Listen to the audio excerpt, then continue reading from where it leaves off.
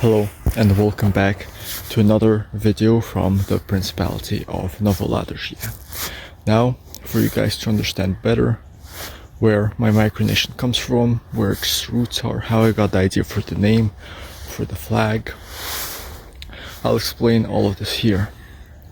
So, these days you see a lot of micronations with names ending in ia.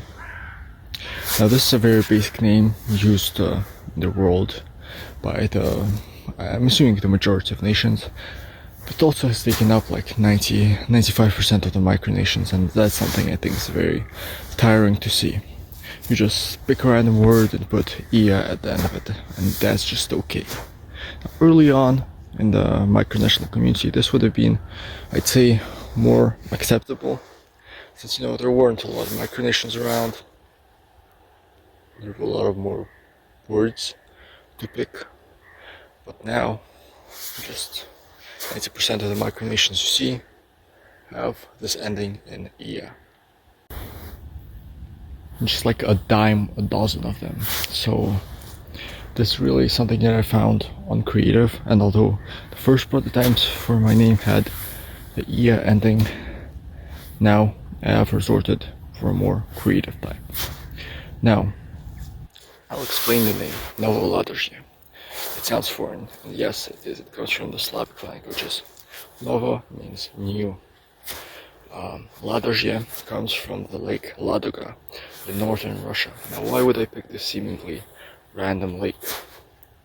So, for a bit of context for history, Lake Ladoga was an important trading post in the 8th century.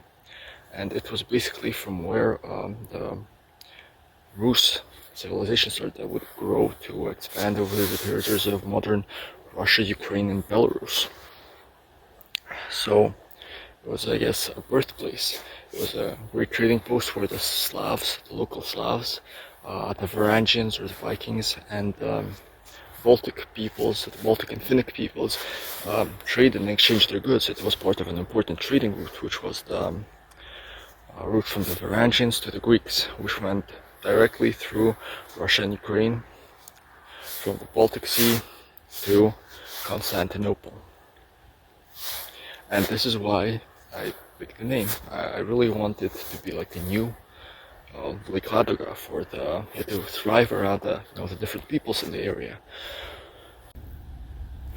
To trade the local goods, to just form our own community, I'd say, and to let it thrive and be hopefully birth something great. Now, I'm very hopeful that it will, and this is honestly, this channel is the first step in I'd say Novoladožjan history. Now for the flag. As you see, the proportions are 2:1, with the white compared to the blue and red, which are more in the borders. Now this was made to fit in the emblem, the falcon, flying downwards. Now, let's speak a bit on falcon. Falcon is also tied to the settlement of Ladoga, near the Ladoga Lake, which in the 8th century, as I said before, was a great trading outpost. The falcon, specifically the downwards flying falcon, was even a symbol of the early princes of Rus. And now it has become an emblem of the city as well.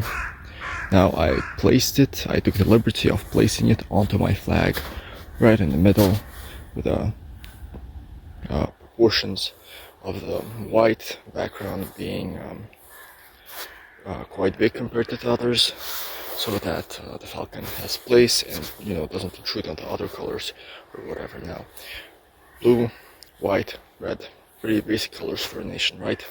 It's the proportions that aren't basic.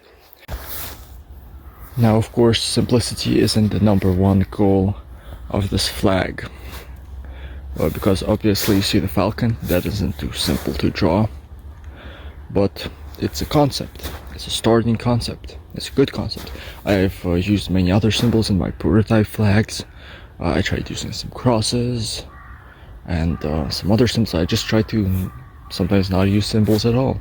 But in the end, it's the falcon and the blue, white, red that worked the best, and that's what I ended up picking. Now I'll discuss the meanings of the colors of the flag and of the falcon itself within our own nation in the next video. So thank you for watching, and I'll see you next time.